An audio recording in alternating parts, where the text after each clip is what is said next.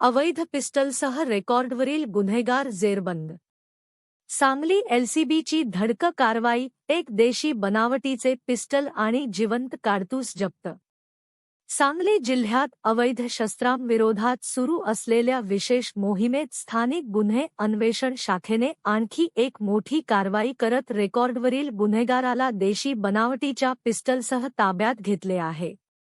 या कारवाईमुळे जिल्ह्यातील गुन्हेगारी विश्वात खळबळ उडाली आहे.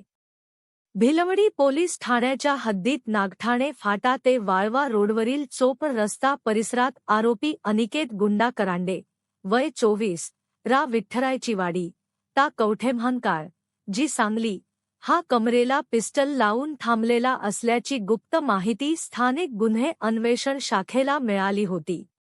त्यानुसार पोलीस उपनिरीक्षक कुमार पाटील यांच्या पथकाने सापळा रचून आरोपीला शिताफीने ताब्यात घेतले.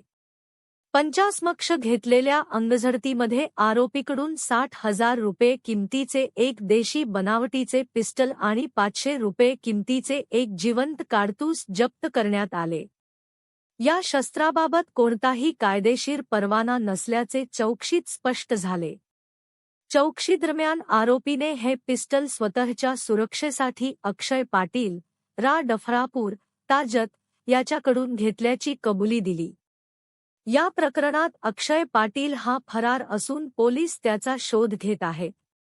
सांगलीचे पोलीस अधीक्षक तुषार दोशी आणि अपर पोलीस अधीक्षक कल्पना बारवकर यांच्या मार्गदर्शनाखाली स्थानिक गुन्हे अन्वेषण शाखेचे पोलीस निरीक्षक संजीवकुमार झाडे यांनी अवैध शस्त्र बाळगणाऱ्यांविरोधात कठोर कारवाईचे आदेश दिले होते. त्यानुसार ही कारवाई करण्यात आली.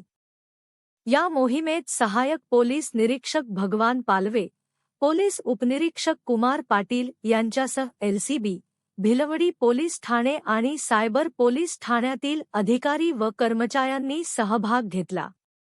सदर प्रकरणी भिलवडी पोलीस ठाण्यात आर्म ॲक्ट कलम 325 सह महाराष्ट्र पोलीस कायदा 37(1)(3)(135) अन्वये गुन्हा दाखल करण्यात आला आहे. आरोपीला न्यायालयात हजर करण्यात आले असून न्यायालयाने त्याला 11 मे 2026 पर्यंत पोलीस कोठडी सुनावली आहे.